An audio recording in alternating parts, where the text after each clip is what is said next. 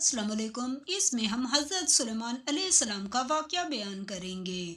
सूरह अल नमल आयत नंबर 15। औज़ु बिल्लाहि मिनश शैतानिर रजीम। बिस्मिल्लाहिर्रहमानिर्रहीम।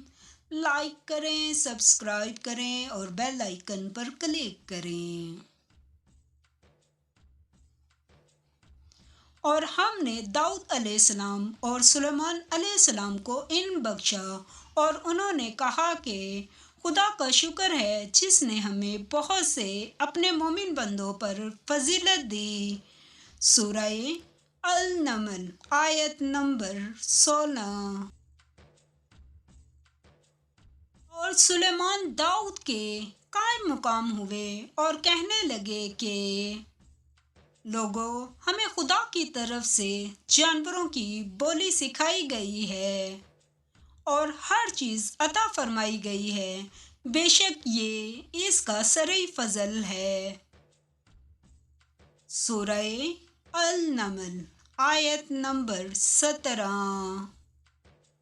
और सुलेमान अलैहिस्सलाम के लिए जिन्नों और इंसानों और परिंदों के लश्कर जमा किए गए और कसम वार किए जाते थे।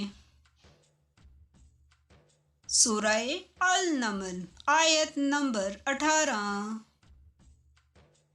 यहाँ तक कि जब चूंटियों के मैदान में पहुंचे तो एक चूंटी ने कहा कि ए चूंटियों, अपने अपने बिलों में दाखिल हो जाओ।